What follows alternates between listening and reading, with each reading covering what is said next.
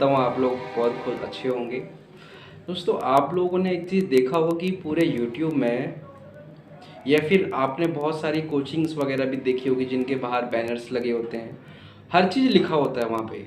We हम आप तैयारी करवाते हैं फॉर क्लैट के लिए, for IAS, PSC, UPSC, SSC, engineering, IAS etcetera etcetera, ऐसे सब चीज़, सीएचएसएल एक्सेट्रा। बट कहीं भी जुडिशरी के बारे में बहुत कमी, मतलब नेग्लिजिबल है।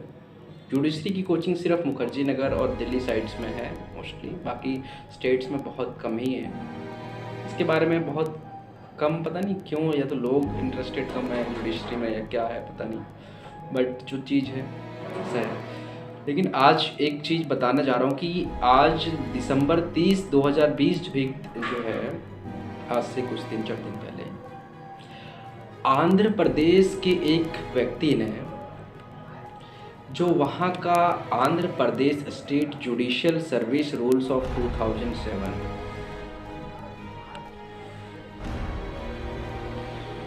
Friends very good evening.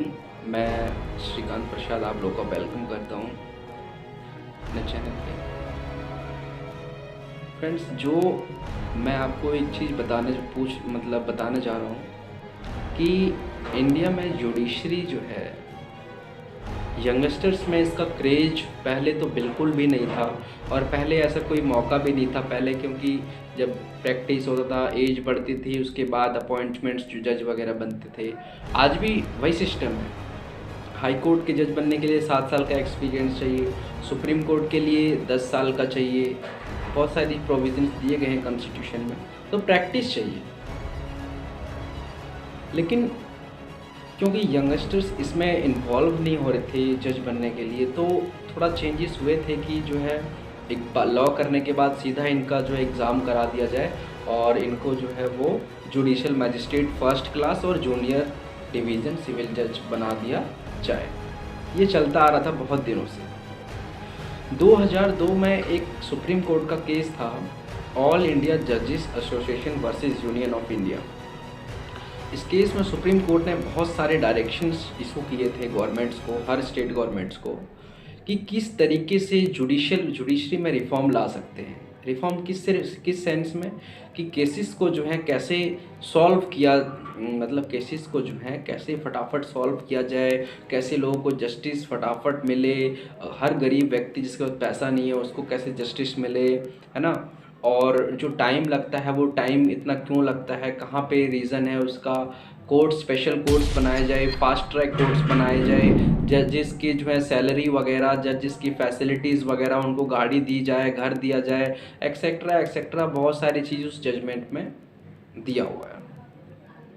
वहाँ पे ये भी बोला था कि एक ये नाम की ऑल इंडिया जुडिशियल सर्विस, इस चीज़ को गवर्नमेंट को स्टार्ट करने के लिए बोला गया था कि जैसे होता ना, आईएएस के लिए होता है यूनियन पब्लिक सर्विस कमीशन, पूरे भारत का एक ही होता है आईएएस बनने के लिए, तो वैसे ही जज बनने के लिए पूरे भारत में एक ही एग्ज़ाम हो, इंडियन जुडिशियल सर्विसेज। ये उस जजमेंट में कहा गया था, और बहुत सारे लॉ कमीशंस की रिपोर्ट में भी ये बात जो है हुई थी, ताकि उससे जो है फिल्टर्ड, क्योंकि कंपटीशन ज़्यादा हो जाएगा तो अच्छे अच्छे लोग जो है वो आ सकते हैं उसमें। तो अब जो है बात थोड़ा हटता हूँ साइड से ट्रैक में।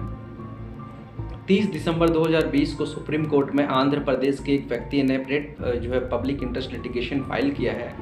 इस चीज़ को लेकर रिट पिटिशन फाइल किया है कि Andhra Pradesh state judicial service के लिए जो अभी वहाँ वैकेंसी निकली है, जॉब के लिए जजेस की वैकेंसी निकली है, जुडिशियल मजिस्ट्रेट फर्स्ट क्लास और फिर सिविल जज जूनियर डिवीज़न के लिए, तो उसमें जो है हर व्यक्ति जिसने लॉ करी है उसका मिनिमम 3 साल का एक्सपीरियंस जो है प्रैक्टिस का, वो मैंडेटरी मांगा गया है। अगर आपके पास 3 साल का एक्सपीरियंस है तभी आप आंध्र प्रदेश में जुडिशियल सिविल जज का फॉर्म भर सकते हैं, अदरवाइज नहीं भर सकते हैं। अब उसी चीज़ को उस व्यक्ति ने सुप्रीम कोर्ट में लगाया है कि it is against the fundamental right, है ना, और ये चीज़ जो है वो नहीं होनी चाहिए, क्योंकि किसी भी स्टेट में ऐसा नहीं है। और आर्टिकल 21 का मेनली उसने जो है हवाला दिया है कि हमारे राइट टू लाइफ है, हम जज बनने के वो हैं, एग्जाम जैसी लॉ कर ली, ऐसा है वैसा है। अभी सुप्रीम कोर्ट ने क्या किया, सुप्रीम कोर्ट ने इस केस में आंध्र प्रदेश को जो है वो नोटिस इशू कर दिया है कि भैया ऐसा क्यों है, why 3 year experience is required. लेकिन ये पिटिशनर कह रहा था कि आप इसको फटाफट अर्जेंट लिए सुने, लेकिन कोर्ट ने बोला कि इसमें कोई ऐसा अर्जेंसी नहीं है, तो इसको 5 जनवरी के लिए टाल दिया गया है। 5 जनवरी को इसकी सुनवाई है सुप्रीम कोर्ट में। इसी के बीच आज ये न्यूज़ आ रही है कि बार काउंसिल ऑफ इंडिया भी जो है सुप्रीम कोर्ट एक रेट पिटिशन लेके पहुंच रही है कि इंडिया में जुडिशरी की अपॉइंटमेंट्स के लिए लोअर जुडिशरी जैसे judicial magistrate, first class civil जज वगैरह के लिए जो एग्ज़ाम होता है उसमें 3 साल का मिनिमम एक्सपीरियंस मस्ट कर दिया जाए। अब बताइए कि ये बात तो ठीक है 3 साल का मस्ट कर दिया जाए, क्योंकि कुछ हद तक लॉ पढ़ना और थोड़ा प्रैक्टिकल में आना हल्का फुल्का डिफरेंट है, लेकिन मैं आपको बता रहा हूँ कि कुछ डिफरेंट नहीं है। जो मेन सबसे बड़ा इशू है कि लॉ, जैसे मैंने लॉ तो बहुत पढ़ ली, मैं सुप्रीम कोर्ट जब मैं PIL फाइल करने अभी गया हूँ 2 दिन पहले, तो वहाँ पे मेरी फाइलिंग में जो डिफेक्ट्स दे रहे हैं वो सिर्फ इस चीज़ के डिफेक्ट्स हैं कि ये कलर पेन होना चाहिए तो वो इधर होना चाहिए, तो ये गैप थोड़ा ज़्यादा होना चाहिए, वो मार्क होना चाहिए, तो उसमें जो है यहाँ पे नाम नहीं होना चाहिए, यहाँ पे साइन नहीं होने चाहिए। तो ये सब चीज़ जो हैं ये सब टेक्निकलिटीज़ के बेस पे उसको डिफेक्ट में भी डला हुआ है। अब वो मैंने करेक्ट कर लिया है पूरा। तो सिर्फ यही है बस, और कुछ प्रैक्टिकल नहीं है। लोग कहते हैं ना कि प्रैक्टिकल अलग है लॉ में और बुक्स अलग है, कुछ नहीं है। आप देखिए सुप्रीम कोर्ट की जजमेंट्स, हाई कोर्ट की जजमेंट सब किस पे रिलाई करते हैं? बेयर एक्ट की सेक्शंस पे, इंटरप्रिटेशंस पे, है ना, फैक्ट्स पे। तो ये सब क्या होता है, जो किताब में लिखा होता है बेयर एक्ट में वही तो वो पढ़ते हैं, उसी को तो इंटरप्रिटेशन करते हैं। अब प्रैक्टिकल क्या चीज़ है? फैक्ट अगर फिट हो रहे हैं सेक्शंस में, फैक्ट अगर जो प्रैक्टिकल उस सेक्शन के हिसाब से इंटरप्रिटेट निकल के आ रहा है उसका, फिर क्या चीज़ चाहिए? कौन सा प्रैक्टिकल की बात कर रहे हो? कुछ नहीं प्रैक्टिकल की रिक्वायरमेंट है। तो ये जो 3 साल का लफड़ा है ये कोई ज़रूरत नहीं है मेरे हिसाब से, क्योंकि जूनियर सिविल जज, जूनियर डिवीज़न वैसे भी उसकी कोई पावर ज़्यादा नहीं होती है। उसकी पावर सिर्फ जब वो जुडिशल मजिस्ट्रेट बन जाता है तो उसकी पावर सिर्फ 3 साल तक की पनिशमेंट की है छोटे मोटे ऑफेंसेस के लिए।